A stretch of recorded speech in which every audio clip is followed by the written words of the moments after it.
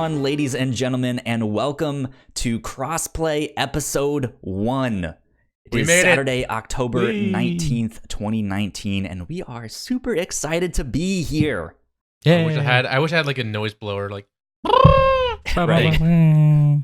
Yeah, that works. This is our brand new podcast where we get together and talk about all the video game goodness we can handle each and every week right here on the Whatnauts.com. And coming up on today's show, Fortnite is back and is now Fortnite Chapter 2. There are some new game announcements coming from Riot, and Saber Interactive has also bought a brand new studio. So all that and more coming up in just a bit. But for now, my name is Kyle Springer, and I am joined by Mick. Hello. And Ignacio. Hey there. How are you guys? Good. We're getting excited. started on this brand new podcast here. You guys have never podcasted before, except in like the past month while we've been testing this and stuff. How are you feeling right now?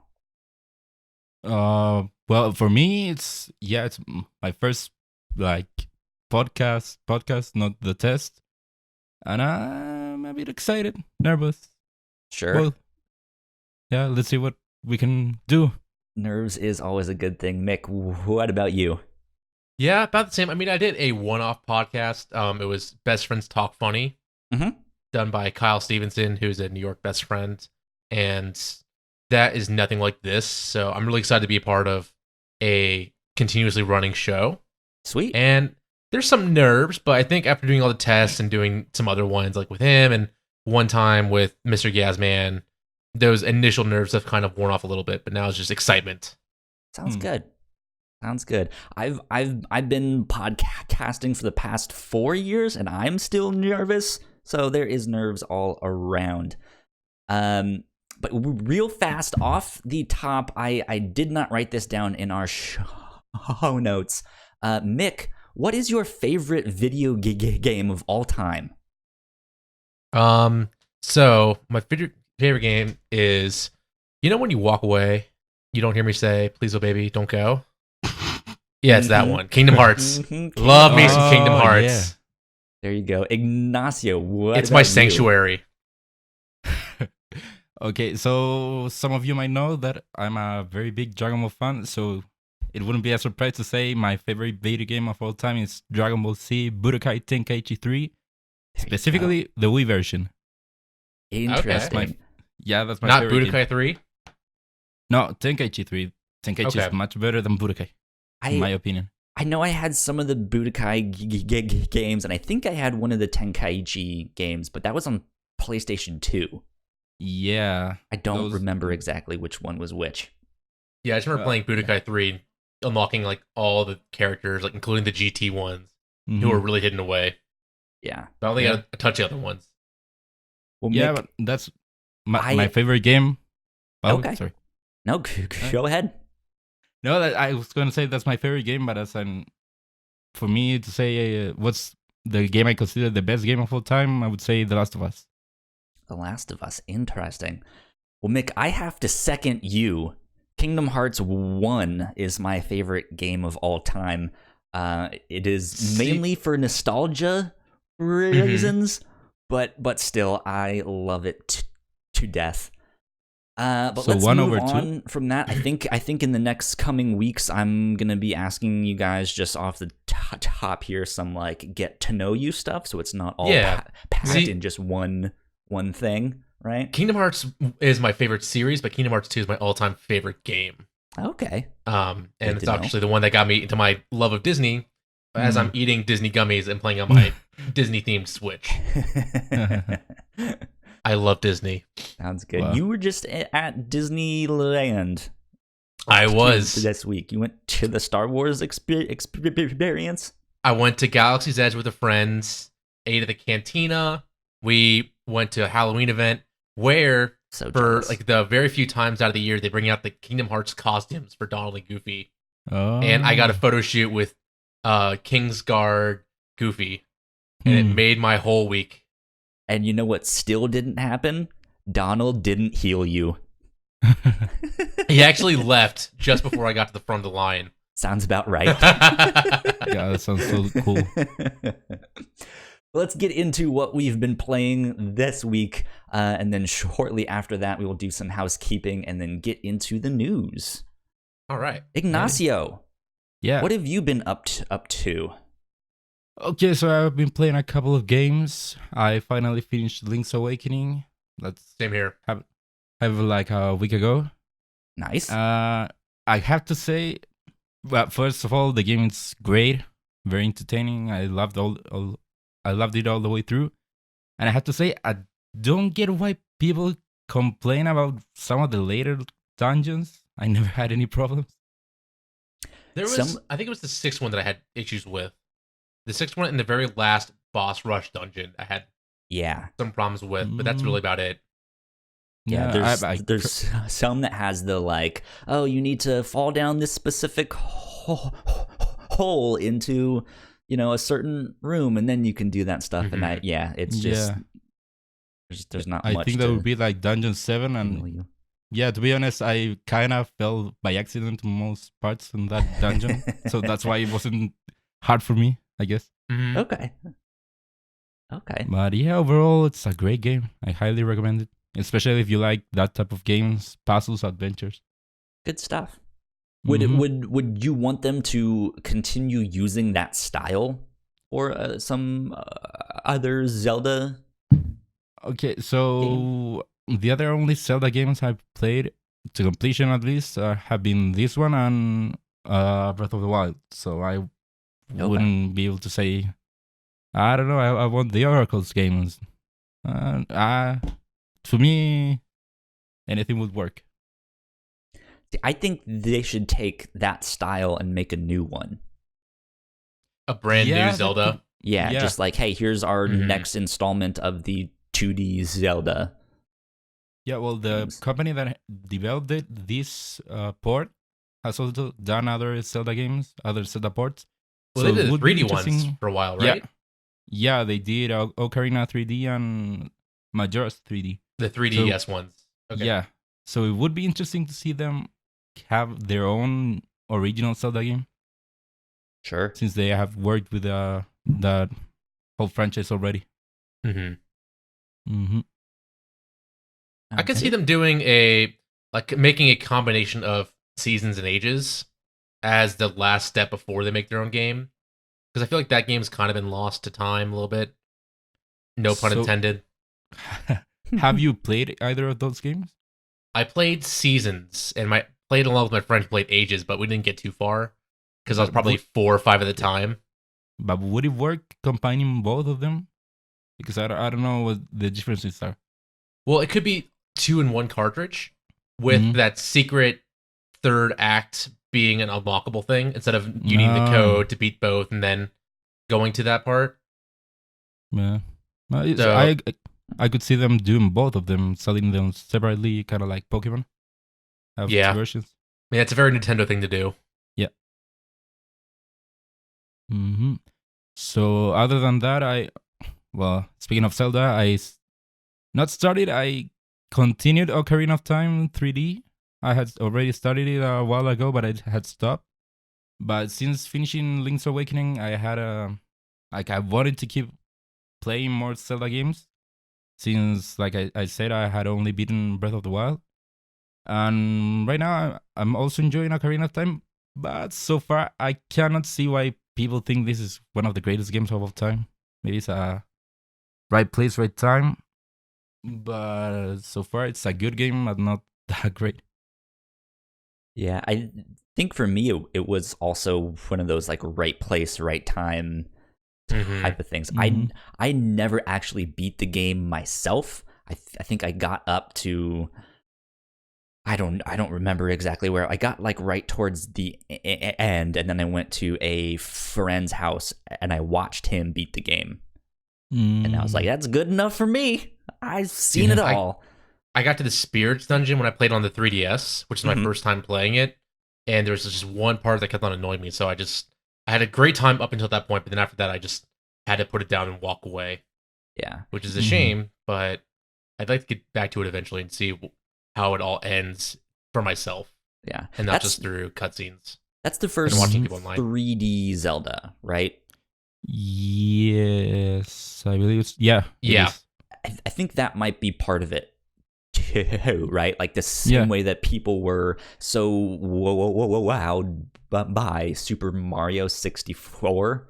It's like, holy shit, it's in 3D. I can run around, I can jump, I can do this, I can do that. You know? Well, it's very similar to like what Final Fantasy VII was when they jumped from the SNES to PlayStation 1 and went from just pixel art to just having polygonal art instead. And just having that be huge jump and so much meaning to the people who played at the time.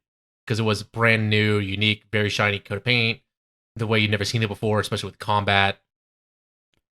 And even from like 9 to 10, where they included much more huge world and voice acting.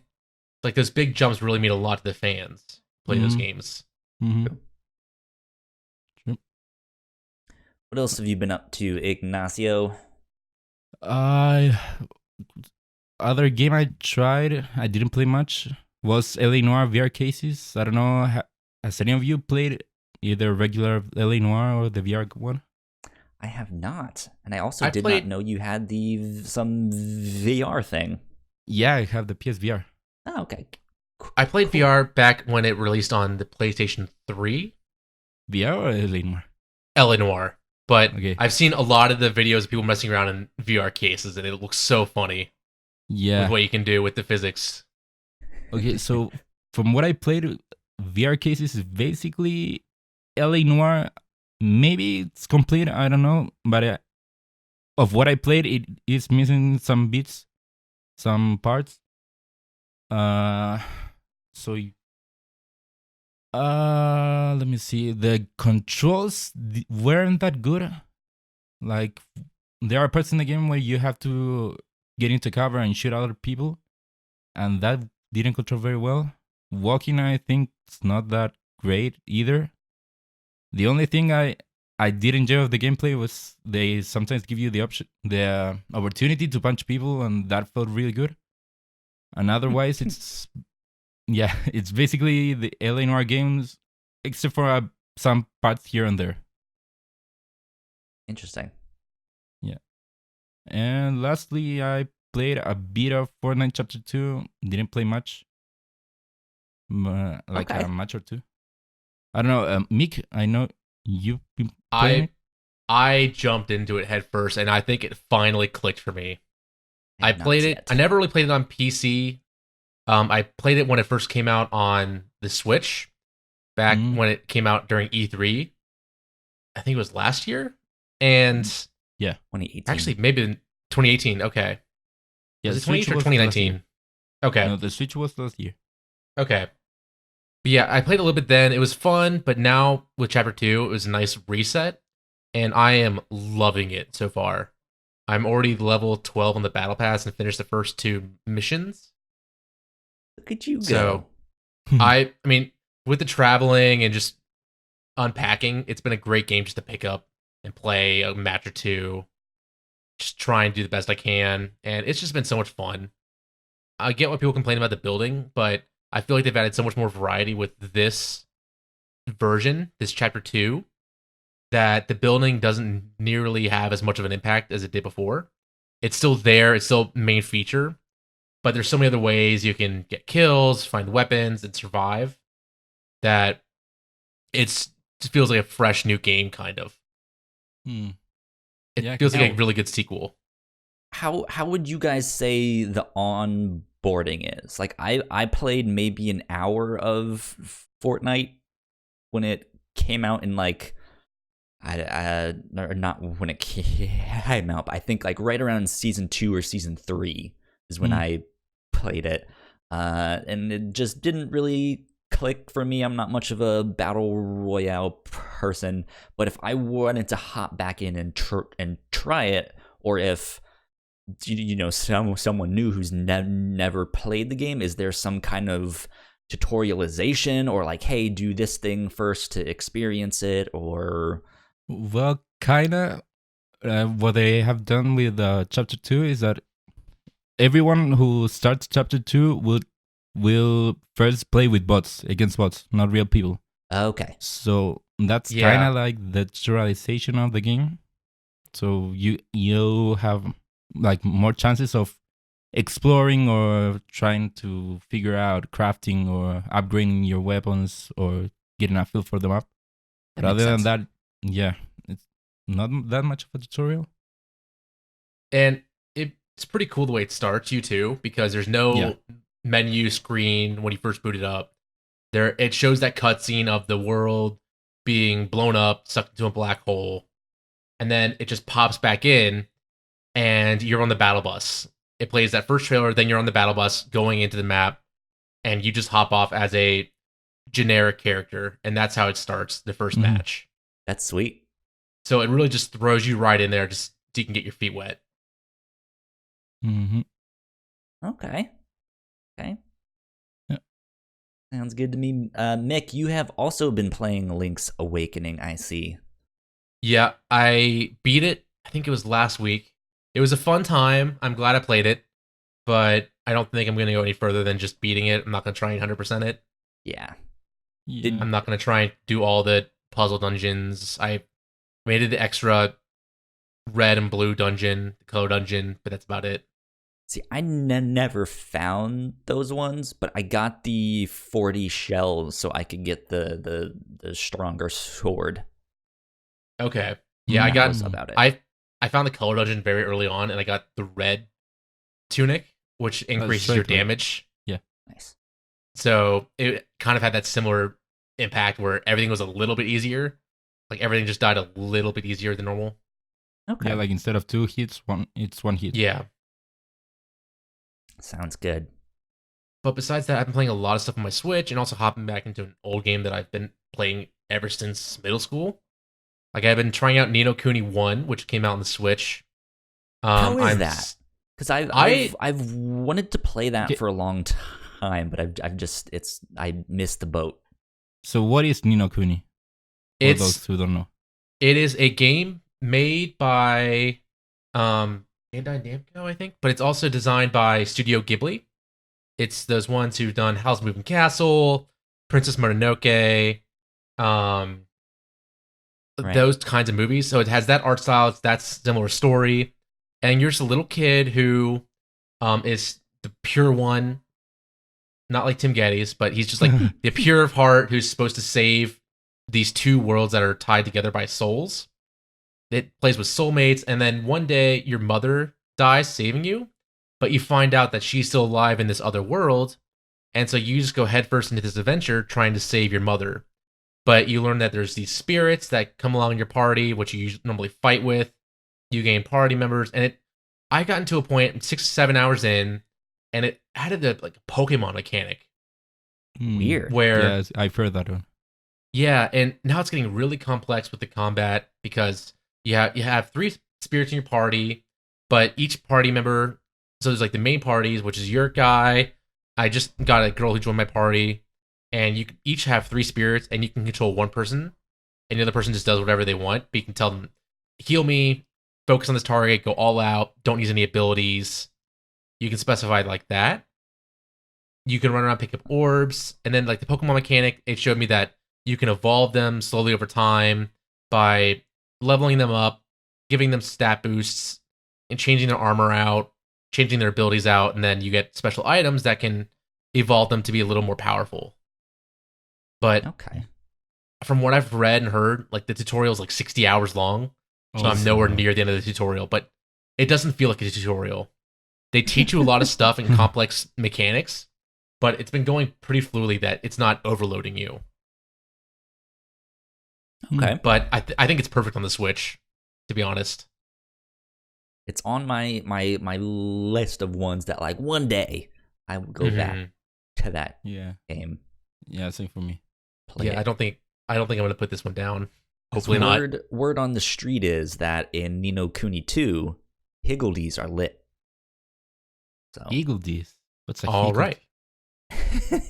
Good to know. Go ask Jonathan Dornbush and Barrett Courtney about that one.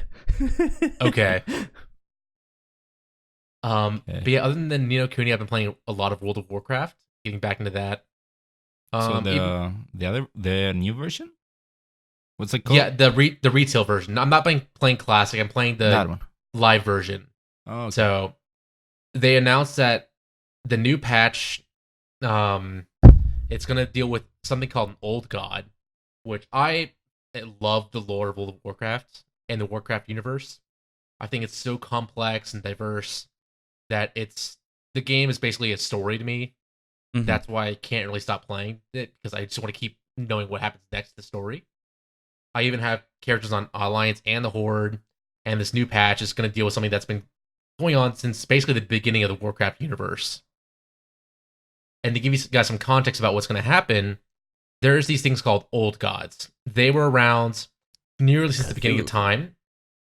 Basically, yeah, they're based off Lovecraftian lore. Okay. And they were... So there's these planets that have world souls in them, but if they are corrupted enough, they could basically destroy the whole universe. And these old gods are sent by beings called the Void Lords to corrupt these world souls. And then these other beings called Titans, which are basically our gods, like a pantheon, the Greek pantheon, show up. They try and kill them. They realize that they are so intertwined with these worlds that destroying them would destroy the world. So they imprison them. But in a recent patch, one got freed by us trying to stop this other villain who showed up. And now we're about to see the ramifications of them being freed. And it's going to deal with this huge, huge city that you're exploring in a raid with 12 bosses. It's going to be an amazing final patch raid. And I can't wait to see what happens next. Sounds cool. There you go. And that's really about it for me. Now, I see you wrote down here where cards fall. Wanted to ask about that one, because I was playing that one on Apple Arcade, and I loved it. Yeah, I'm still playing it from time to time on Apple Arcade. I think I got to the second set of cards, because I guess it's 13 levels per set. And I'm about halfway through that one. It's fun. Some puzzles are a little challenging now. Yeah. But just to ramp up the difficulty as things keep going.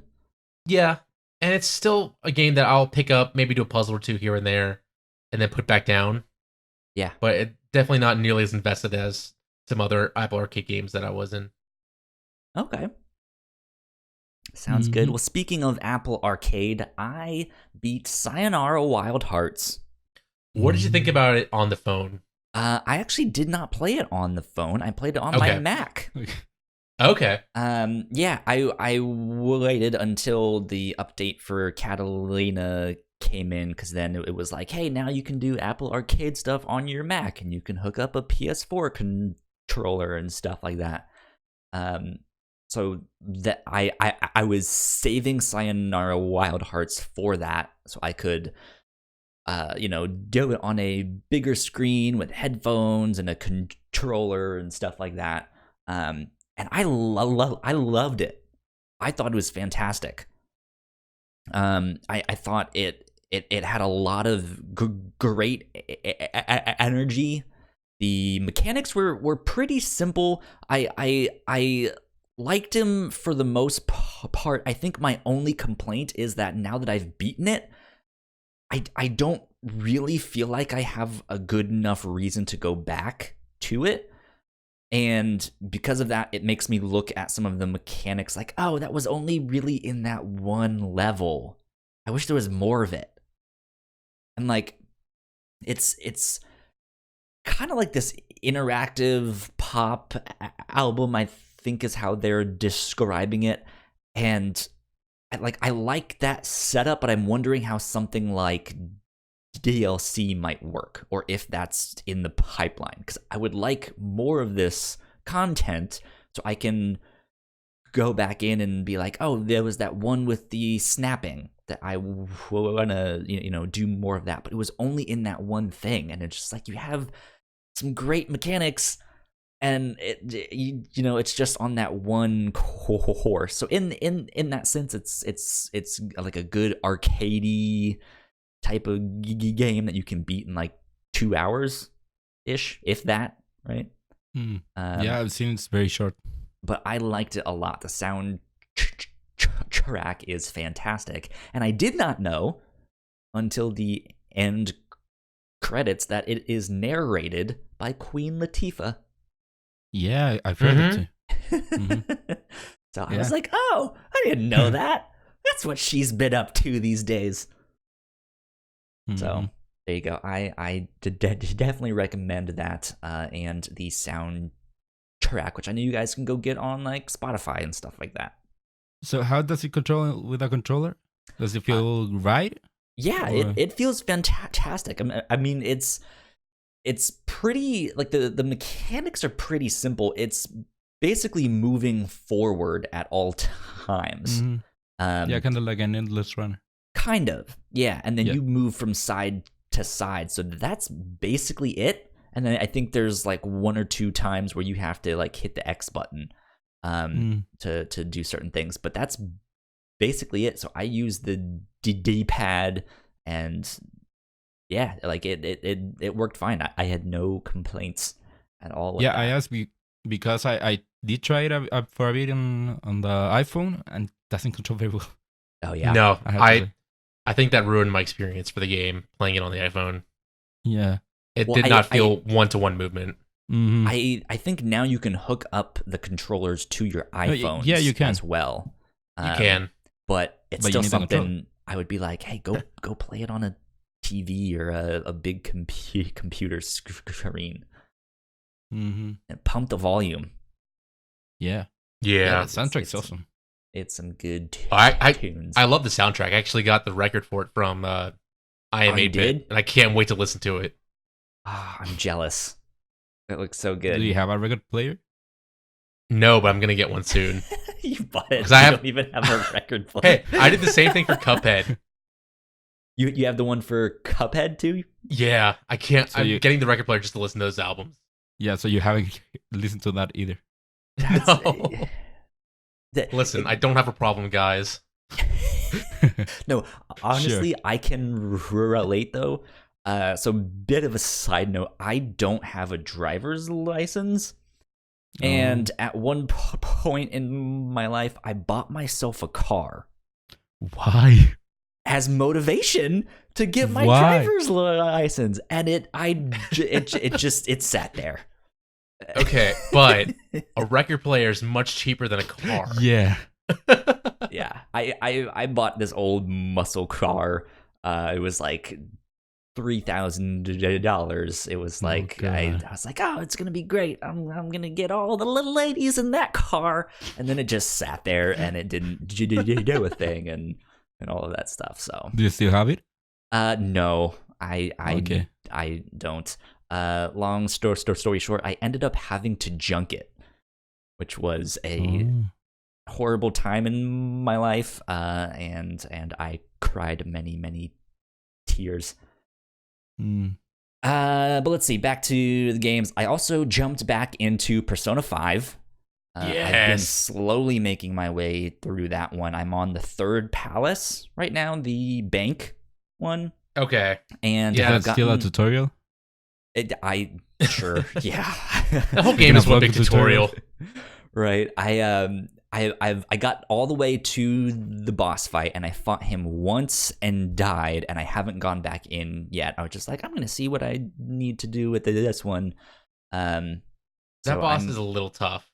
Yeah, it did the thing where he was on some like giant pig, because it's a piggy bank thing, and I didn't know that I could also attack him.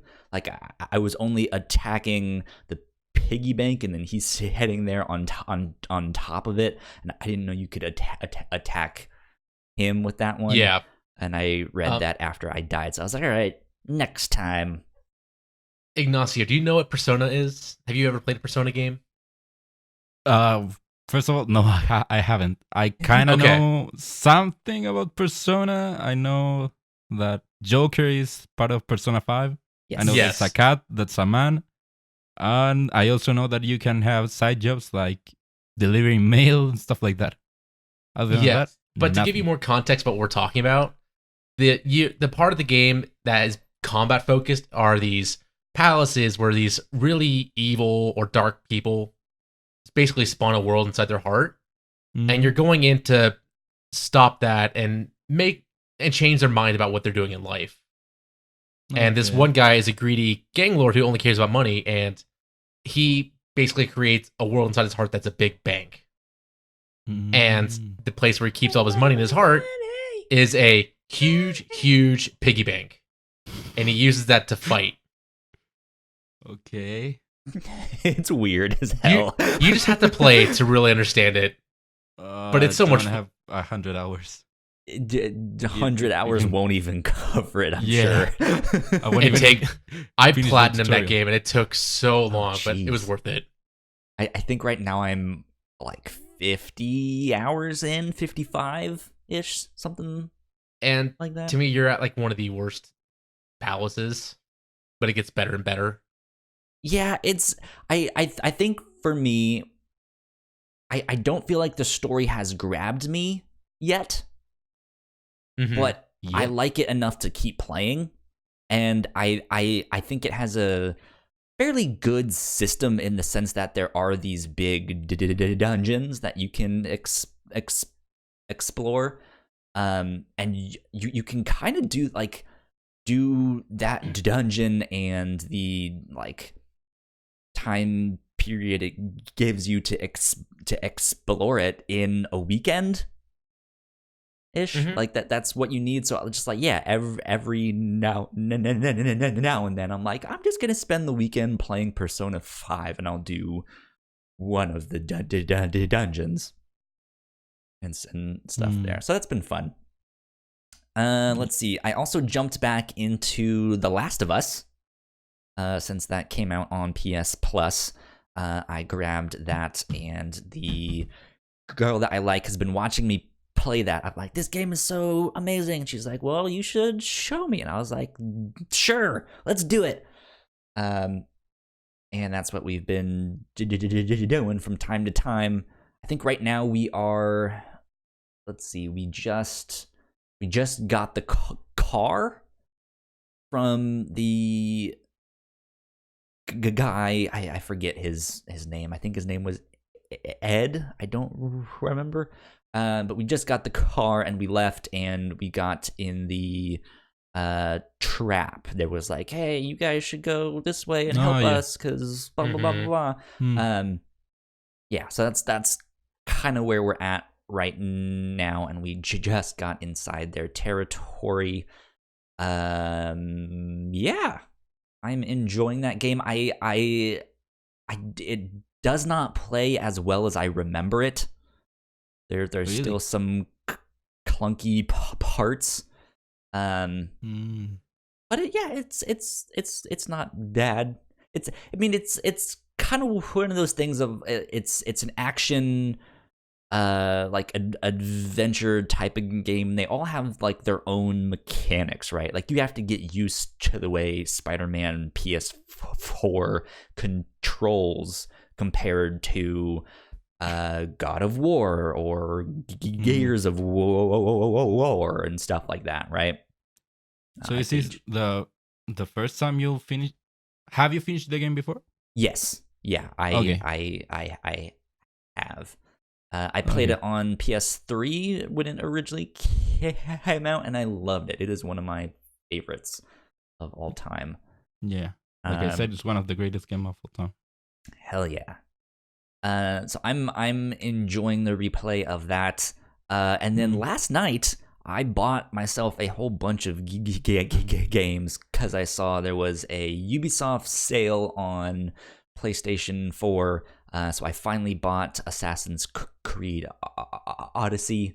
It was 65% off, and I got the gold edition, so it has all of the DLC and stuff like that. I bought Outer Wilds on PS4 as well. I'm excited to hop in. I started it last night, but only played for like an hour and a half, so I'm not very far in. So what is it about? I've heard people talk about it. Outer Wilds is the time loop one. So you it's every 20 minutes the galaxy you're on explodes or something, and then it resets. But every time it resets, you keep all of the knowledge and stuff that you learned from exploring this little small galaxy. So you go from planet to planet, looking at the stuff, and you might, see something in one, and that gives you some information that you can then use on another planet. But you might not get there in 20 minutes. So it resets, and then you can go straight to that other planet and learn something new, and then use that somewhere else and stuff like that. So you only have 20 minutes to do everything. Yeah. 20 minutes. Yeah, I think this is on Game Pass too, so I really want to try it out one day. Yeah, it was on there, and I've been wanting to play it, but I don't have an Xbox. So it came out on PS4, and I was like, yes, now is my chance. Yeah, so I started that last night as well, and then I also bought Return of the Obra Dinn on Switch. So I'm excited to start playing that, because that sounds like it's going to be right up my alley. Yeah. Cool. Yeah. But that's about it for what we've been playing this week. Let's get into a little bit of housekeeping. If you guys did not know, here at the Whatnauts, we have multiple podcasts. We have the review show, we have the Captain's Log, we have the Reactor Core, which Mick, you were just on an episode of that with me. You and I covered El Camino, and we did a spoiler cast for that. That was a lot of fun. You guys can find all of our podcasts on our website, thewhatnauts.com, or on your podcasting platform of choice. As far as this show goes, right now we are on iTunes, and everything has been submitted for Spotify and Google Play. So within the next couple days, those should be showing up very soon here. So be on the lookout for that. And if you like what we do on this show or any of the other ones we have, patreon.com/thewhatnauts is where you can support us. $1 a month gets you all of our episodes early. Our $3 tier gets you all kinds of exclusive content. We have a brand new members only section at thewhatnauts.com/members. You guys can see what we have up there. We put our first 3 test episodes up of Crossplay. So if you want to hear us testing things out and figuring out how all of our stuff works, those are up there for you guys to check out. Big thanks to all of our Patreon supporters, but especially thank you to those at our $5 tier, Sam and Christine. Big thanks for you guys keeping our mics on, keeping our podcasts going, and focusing us on the content. Shout out to them. Yeah. Shout out. Exactly. Cool. That's about all the housekeeping we have for now. Mick, do you want to take us away with the news? Yeah. So we talked about a little bit of Fortnite earlier and talked about how they kind of hit the reset button on it. But with that reset, they added new things to the game. And they've added, you can now carry players. It's not just your own party, but you can carry any player who's downed. There's support bazookas, which I found, and it's really cool. It heals you about 15 health damage every time you shoot it, and it recharges. So there is cool. unlimited ammo. It just takes time to recharge. There is now swimming and fishing, and the fishing spots, you'll find little jumping fish here and there, and you can fish up pretty good guns from them. And also fish that can heal your shield and your health. There's also boats that the last game I played, there was somebody who was just driving a boat across the land. It was really funny. I was just looking around, seeing the map closing it, and this guy was just drove right by me on a boat on land. On land.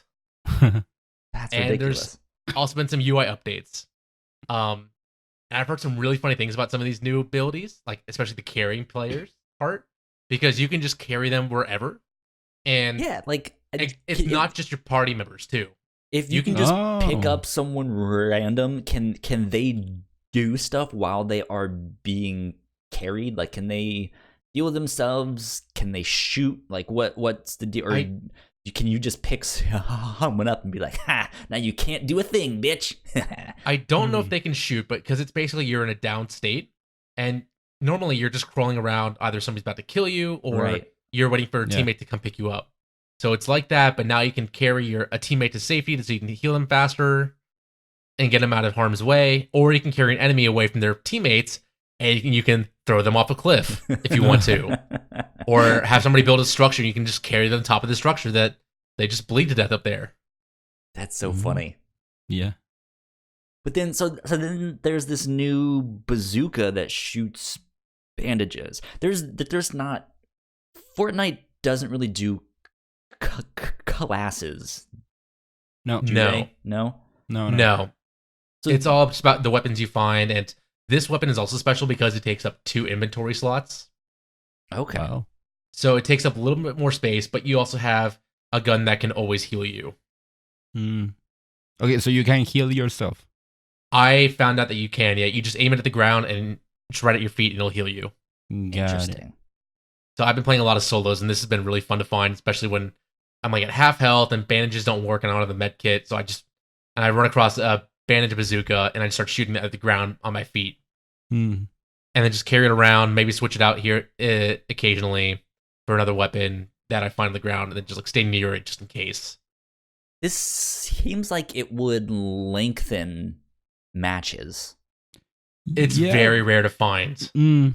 Also, you already have bandages and medkits, so yeah, it's there. It's just another.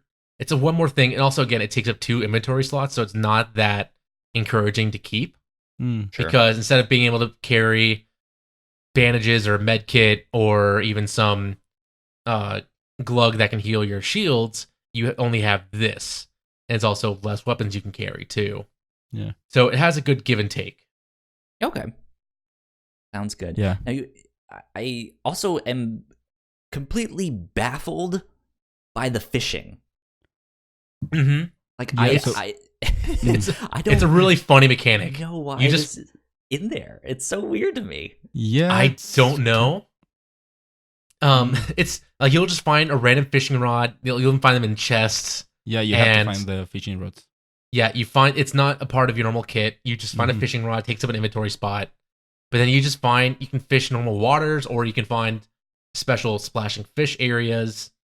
And wild. Throw your rod in there, and you'll pick up a weapon or these special fish. Or a tin can, which is the only thing I picked up.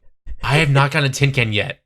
Really? I didn't know you could do that. Yeah, so apparently maybe you just suck at fishing. So they're trying to get you to not play it. Yeah, you can pick up tin cans, and you can use those against other people, but I don't think they're very useful. You can throw it at them. I don't think they do much damage. Yeah. Imagine you getting killed by a tin can. Oh, yeah. So I could see that being a mission. Have you tried using the fishing rod against other people? No, I have not. I didn't even know you could use that. That'd be really funny if you could be like on top of a tower and like fish and hook a character up and reel him in. I'm tempted to see, like, especially since playing solos, you'll see people build huge towers. Yeah. I wonder if you could throw your rod on top of it and yank them down and kill them by fall damage. Oh. That would be cool. I want to try that now. Grappling hook type of thing. Yeah. Yeah. Interesting. I wonder. So many possibilities. I want to see what you can use with the fishing rod now besides just fishing. Yeah. So also another thing that they added, it's upgrading your own weapons. Yes. So in Fortnite, every weapon has a color, either gray, green, blue, so on, which indicates how strong your weapon is. So before you had to find these rare weapons across the world, but now you can find, for example, a green weapon, and if you have enough crafting materials, and if you find a crafting table, you can upgrade it to the next level. So that's a fun thing, a cool thing that they added.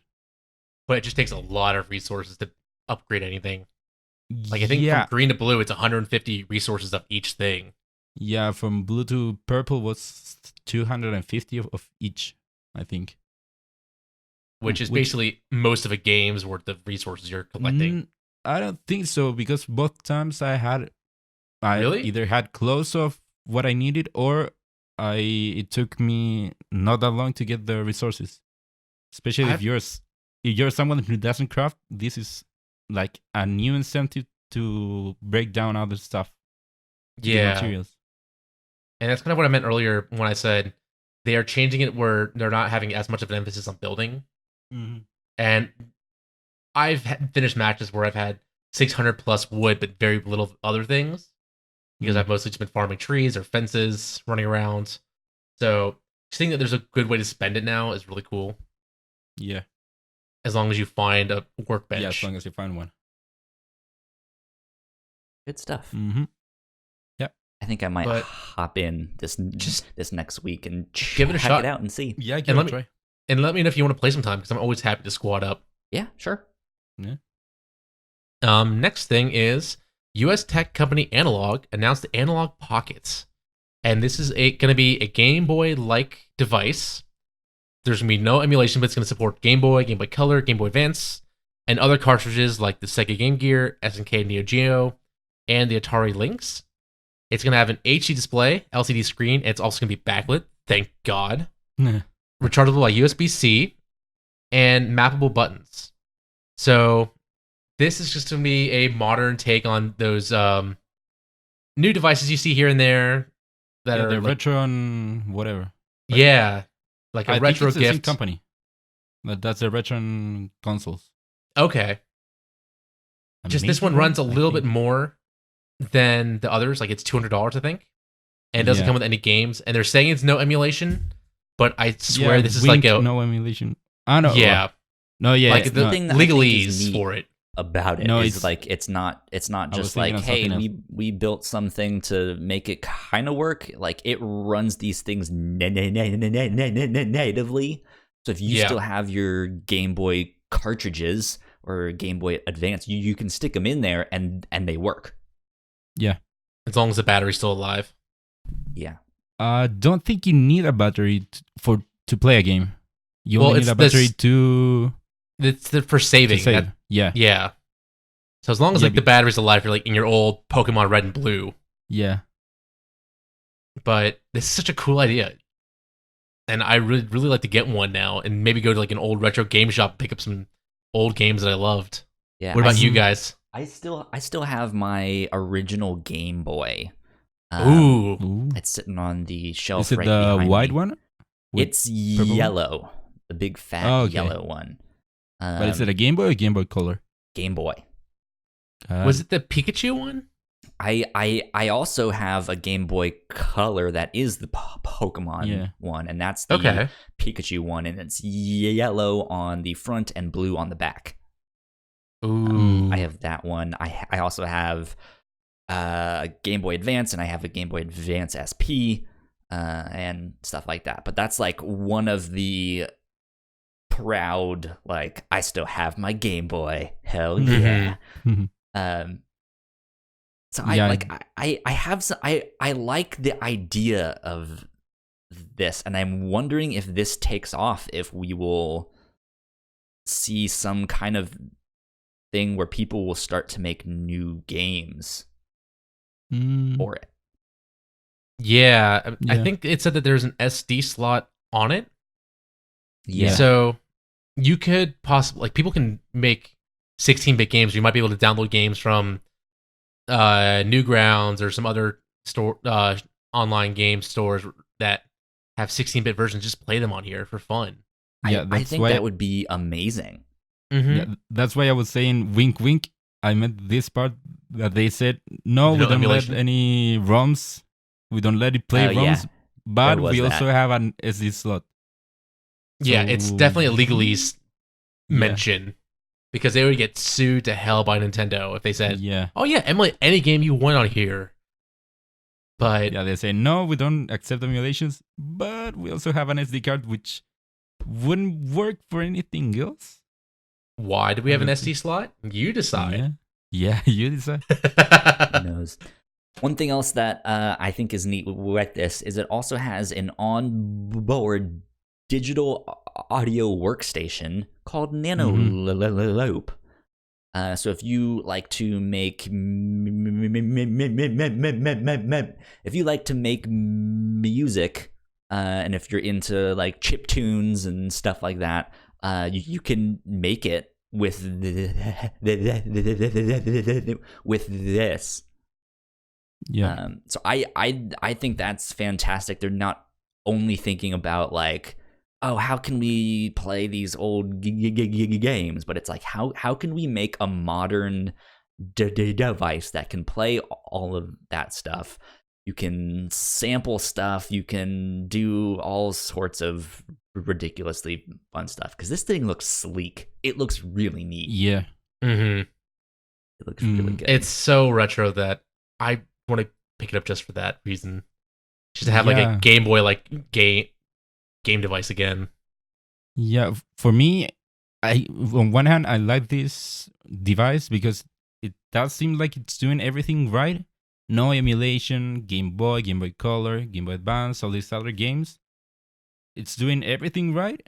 But on the other hand, I kind of would prefer to get the original consoles. That's a personal thing for me. Mm-hmm. Oh, you and know also what? It's expensive. I'm wondering if there's a thing for a link cable. If we what if we wanted to trade Pokemon? What if there's like a Bluetooth device? Or it has the USB-C, so that could also be used for that. Yeah. I guess. Either USB-C or it just has Bluetooth connections to each other. I don't know how that works because I don't know if that's somehow programmed into the game. That's the other weird. Yeah, that would be the problem because if it's doing no emulation, it means it has the all the board of the original consoles inside of it. So it would be maybe a bit difficult to implement like a workaround for, I don't know, where the link cable would go, have it go to a Bluetooth receiver. So that I think would make it not be Bluetooth compatible. We'll see. This might be something that they might mention down the line when they get closer to release. Or some people might find workarounds for this using that SD slot. Yeah. Some way to program it into the game, into the device. Yeah. Next thing on the docket is Riot Games has announced a lot of titles, making them now known as Riot Games instead of Riot Game. Not Riot Game. Hey, so this is people who made play that Riot game. So this is people who made League of Legends, and they haven't made anything else. So, have you guys ever played League of Legends? I am not a leaguer. I tried the tutorial and it's not a game for me. I played a ton of this in college. My friends and I were all about the League of Salt. Yeah, my friends also played it a lot. Even people that I wouldn't normally like see playing games would play a lot of League of Legends. So a lot of people played the game. Like I said, for me. This was a game that kind of took a lot of people by storm and became very popular, kind of like Fortnite did before. But they're expanding it so much that it's cool to see that they're really embracing the property more with like their new card game similar to Hearthstone called Runeterra. It's free to play and there's going to be no surprise mechanics, no card packs. You are going to pick the card you want to get with either real world money or in-game currency. And that's coming to PC and mobile. Then they're adapting League of Legends to Wild Rift, which is made from the ground up for consoles and mobile, which I would love to try and play on the Switch when it comes out in 2020. Then they have a couple projects like Project A, L, and F, which Project A is a character-based shooter, kind of like Overwatch or Rainbow Six Siege, but they're going to talk about that more. They have a fighting game, which they've showed off a little bit with some of their champions fighting against each other, which is funny because Overwatch had something similar to it in their in one of the maps, but based off Heroes of the Storm. So it's funny that they're actually making a game for League of Legends. Interesting. And then they have Project F, which is kind of like a Diablo-like game where you're exploring the possibilities of traversing the world of Runeterra. Could also might be an MMO type possibility, exploring that world of League of Legends. An esports manager coming out with a new esports season. And then they also have what does it mean an esports manager? So it sounds like it's going to be, there's like a football or soccer manager where you're kind of like managing a team. Okay, so it's like that. Yeah. Either that or it's going to be like a fantasy league game. Kind of like fantasy football. Yeah, you manage your own team and stuff like that. You have to help pick the players and sign the contracts and wipe their butts and do all of that stuff. So, do any of these games interest you guys at all? Not really, because so we have a Overwatch-like game, a fighting game, Diablo-like game, and a manager game. Not really, no. None of those types are my type.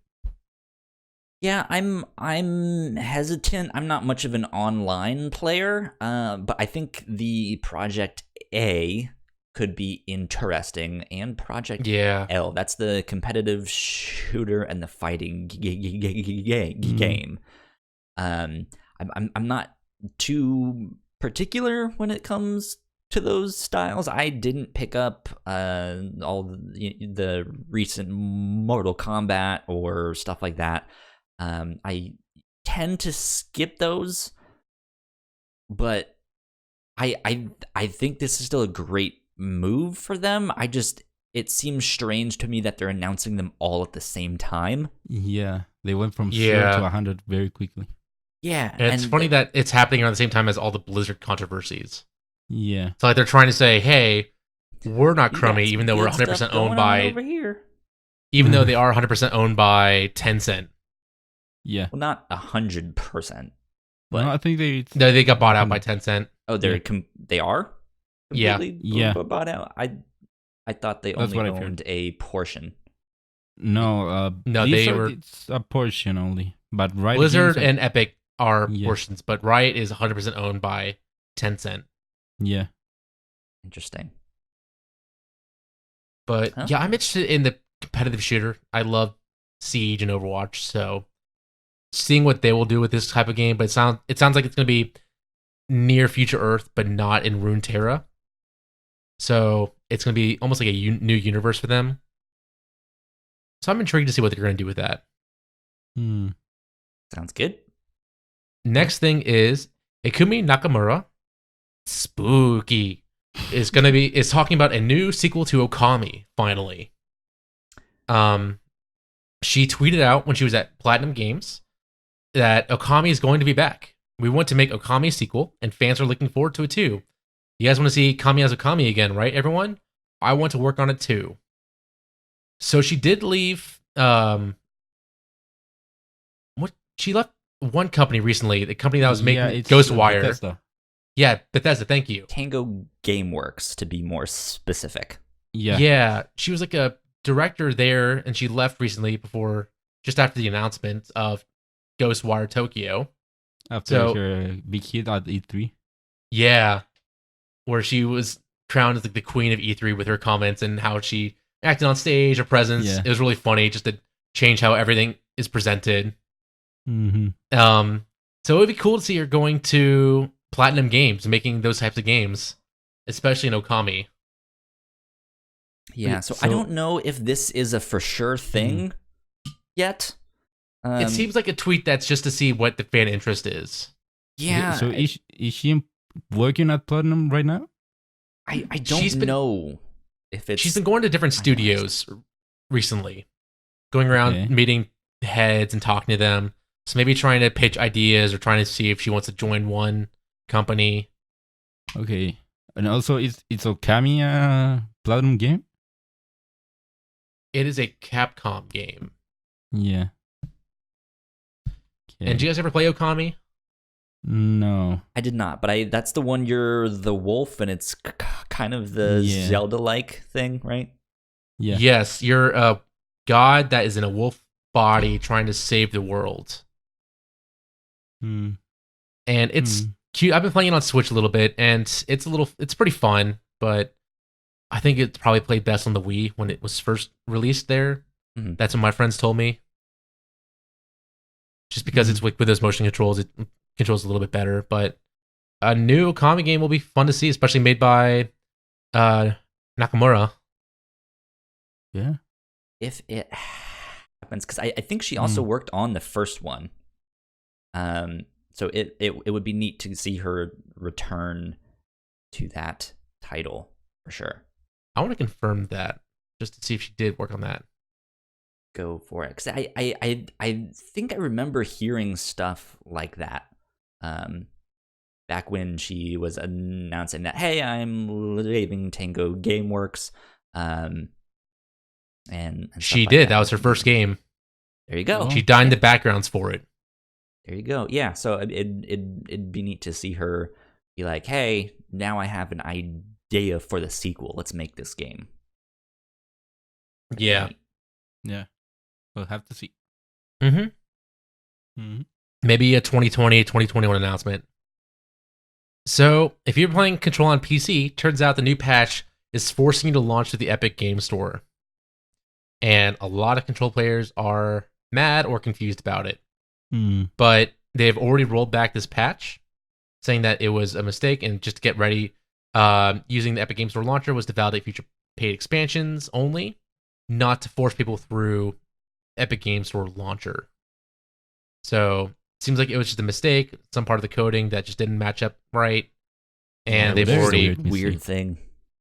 Yeah, and it came at such a weird time too, with everybody still mad at Epic Game Store and all the exclusivity, but forcing people to use that launcher alone is really odd. Yeah, so I put this one on the docket because one, it's really strange. It's really unfortunate, and I think just bad thing after bad thing continues to happen to Control. That game is amazing. Go play that game. It is so good. But it didn't do well commercially. Yeah, it didn't even chart anymore. Yeah. No. Which is surprising to me. Yeah. And it just stinks to see a game as good as this is continue to have problems like this, where it's like, whoops, it's making you use the Epic Game Store. We didn't mean that. Sorry. It's just, it hurts my soul. Yeah, I want to love that game too. Just there's so many technical issues when I played it, even on the 1X, that it's hard to really appreciate it when you need to keep on pausing and have to sit through the freezing and the long loading screens. Yeah. Because I think despite the problems it had at launch with the frame rate stuff, I think this is going to come up on people's Game of the Year discussions. I don't know if it will win. I don't think so, but I think it will at least be in the conversations of like, hey, what are the top 10 from this year? I hope people bring it up. Be up there. I hope so also, too. PC gaming, am I right? Don't do it. Yeah. PCs are meant for gaming, so don't do it. How dare you guys? That's why we have consoles. Don't you start that too, Ignacio. Yeah. I hate you guys. So last thing, Kyle, did you put this one on the docket? I did, yes. Okay. Saber Interactive scoops up Bigmoon Entertainment and announced that there are 2 games in development. This is the studio that created World War Z, which is a pretty successful shooter based on the World War Z books and movies. Was it successful? It had a lot of hype around it. People loved it. Yeah, It may not have been a things. huge success, but it was still pretty fun. Did you not like it? I'd never played, so I don't know if it was From fun. what I understand, for the size of game that it was, it did very well, and people seemed to like it. Yeah, it definitely felt like a haven't sleeper heard hit. much. So yeah, I put this one on the docket. I'm not actually too familiar with World War Z. I have not played it myself, but I know people liked it because it's a lot like Left 4 Dead, is what I heard there, and I know people loved that. But then, yeah, to see them starting to make moves of like, hey, this was enough of a success to go buy another studio. I believe, well, let's see, where were they located? Out in Portugal. So I think, if I'm not mistaken, Saber also was the studio behind NBA Playgrounds, or the publisher. I think they had a studio in Spain work on that one. I remember seeing that in an article. They were behind NBA Playgrounds, Time Shift, Halo Combat Anniversary in 2011, Okay. Ghostbusters Remaster, There you go. Witcher 3 Complete Edition on the Switch, Vampire on the Switch, and So Shaq Fu: A Legend Reborn. Like you. There you go. So it sounds like they're making a lot of ports and stuff like that, and it sounds like from their catalog, they're starting to make some stuff that people are buying up. So that's good for them. Yeah, we'll have to wait and see what comes from this. Exactly. Yeah, they're not going to be labeled as Saber Porto. Saber Porto. There we go. They said the 2 games in development from that new studio is an action